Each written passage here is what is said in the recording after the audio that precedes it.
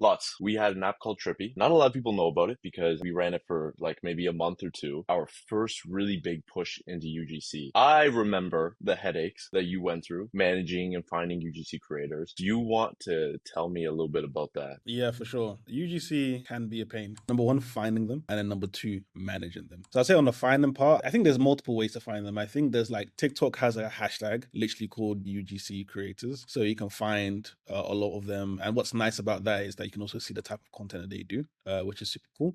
Reddit has a subreddit, I believe is also called UGC Creator, and there's loads of people on there. I think the issue that I have with that is that you don't get to see their content straight away. So they may have to send you a link, and again, you don't really get to see their face, etc. And again, if you find them, you have to basically find their email or DM them. I always say, like, if you write a really good email or really good DM, it's like the likelihood of closing them is about 10%. So if you want to work with 3 creators, I would say like reach out to 30 for you to be able to like fully close. Put them in 3 buckets. Number 1 is like super manual. Number 2 is more like managed manual. And then number 3 is more like it's not completely automated yourself. The second one is more like marketplaces you could use essentially to find these creators. Those are kind of like the 2 main ways of finding the creators in a manual way. So there's multiple marketplaces that you could use. One I hear about a lot now is something called SideShift. And they have, I think, 500,000 UGC creators. I mean, they call themselves UGC creators, but like a lot of them are basically just students. I think maybe 1% of them are really, really good, which is how marketplaces usually run itself. It tends to be like 99% of the people aren't actually really good, and then the 1% are super good. So there's marketplaces like that, and they kind of offer more of a managed service so that you can find the creator somewhere, but it's now your job for you to be able to filter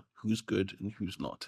Then the third, I would say, is on an agency level, which is kind of when you get an agency to come in to be able to manage the full thing in terms of finding the creators, being able to do the creative briefs, and also managing the creators over time, which for me personally can be the biggest pain because you'll be working for a creator and randomly they just disappear for 5 days and they come back, they're like, oh yeah, it was my birthday. So that's kind of like what happened. I'm just like, well, you didn't let me know, nothing at all. You just didn't respond whatsoever itself. So I think there's kind of like the 3 buckets. Of course, if you start with the first one, it's cheaper. And as you go across to the right or to the other end, which is the agency side, it becomes way more expensive. But it really depends on what your goals are. If you're money poor but time rich, I would definitely go for the first. And if you're the other way around, I'd go for the one on the far right. And I think we've done all of them. Pretty much. I specifically remember with Trippy, you going and looking at the hashtag, like hashtag UGC creators, scrolling through. I think you did Twitter as well, if I'm not mistaken.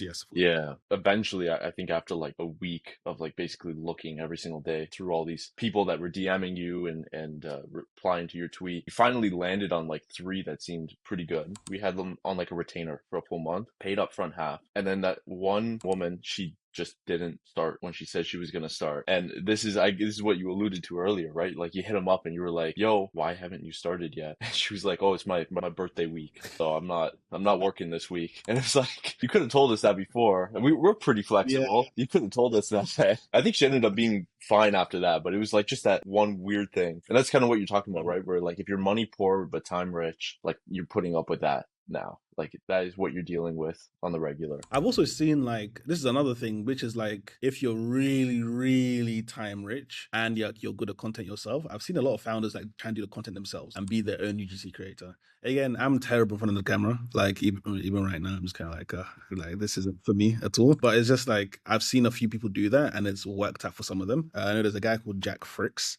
and he currently does content for his own app at the moment. I think it's called Lovely. It's like this couples app, whatever it is. And I think that's also like a great hack if you're already good at content. This is his app, but he does content around this. So he does all the content for his app. But you can see in the last 30 days, he got 8.5 million views. He actually said that they converted to 50,000 app downloads, which is insane. So like it can work out if you do the content yourself. But the thing is that you need to understand what content converts. And a lot of people always think to themselves, hey, as long as I post 1 video a day, it's going to work. It probably will not work. You need to be able to really understand and fine tune. Like, for example, if you see a type of content that's like, let's say on TikTok, it's always getting less than 1,000 views. Don't try and like bulldoze TikTok with that type of content because it's going to keep on getting like less than 1,000 views. But if you try a certain type of content that's like, it gets 1,000 views, then it gets 2,000, then it gets 1,000 again, then it gets 4,000. I'm kind of like, okay, maybe there's something there. Like, I think you've got on the main part of it that maybe just like a few tweaks around the hook hooks itself,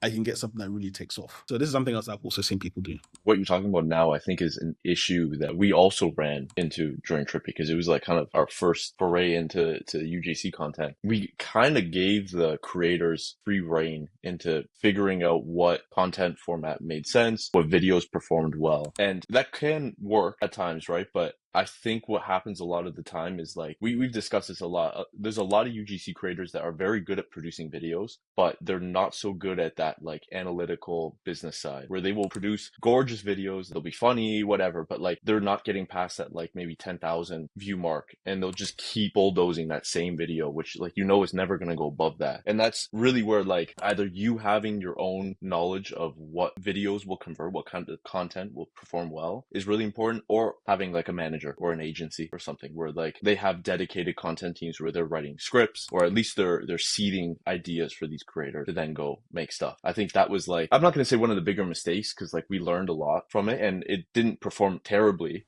but like that was one of the little things that we did in the beginning that like we probably wouldn't do again, where it was like we gave creators free reign to find a format that worked, and then we would just review the content after they had produced it. Something, yeah, definitely wouldn't do again. And I think just generally creators just, I guess because of the brief that we gave them, they just thought, hey, we got free reign, we can just create whatever content that we want. But it's kind of like it's the same thing as working a job where you kind of need to see, okay, what is working, what is not working.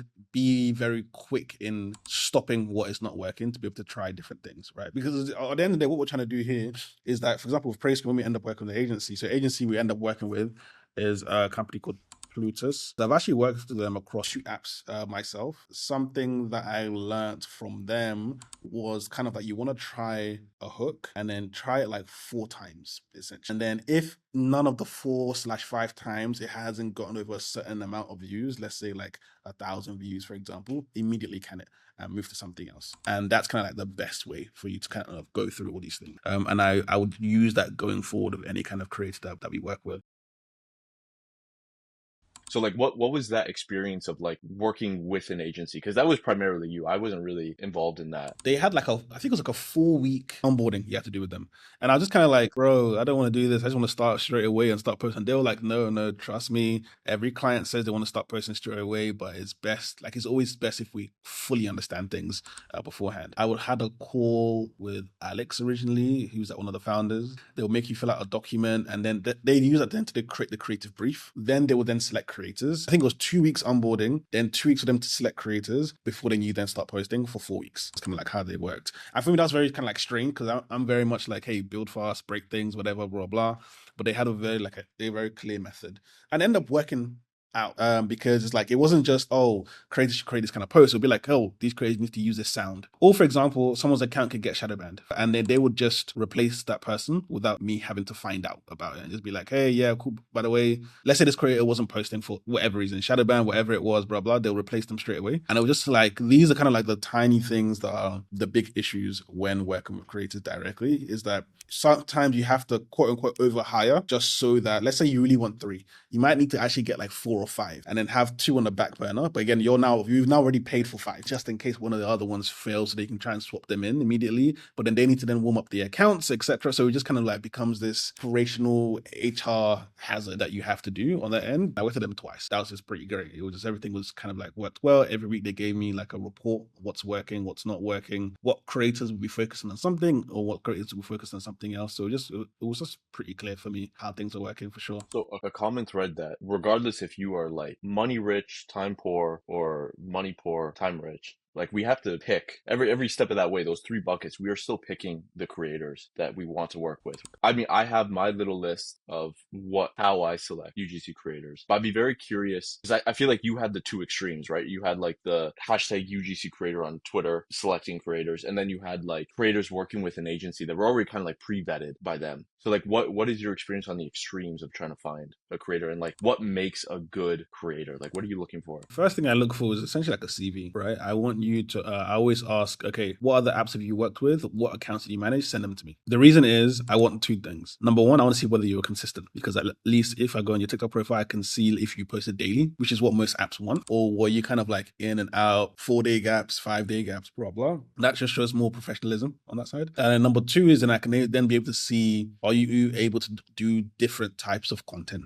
Because if I see someone doing the same type of content 30 times and none of them bang, or not even bang, like just none of them had like good enough views, even if like, let's say, I've seen an account literally where they posted like 32 times and all their views were under 1,000 views. And I'm just like, you didn't think, hey, let me change this up, stuff like you didn't have that kind of forethought. It was kind of like, oh, you know what, the company wants me to do this, let me just continue doing this. Those kind of like the key things I definitely look out for. If you want to hear us talk more about UGC and yap more about the good and bad things about it, and also how to look at it instead of a revenue driver is actually a content market fit driver, then just follow me on Twitter and I'll yap some more.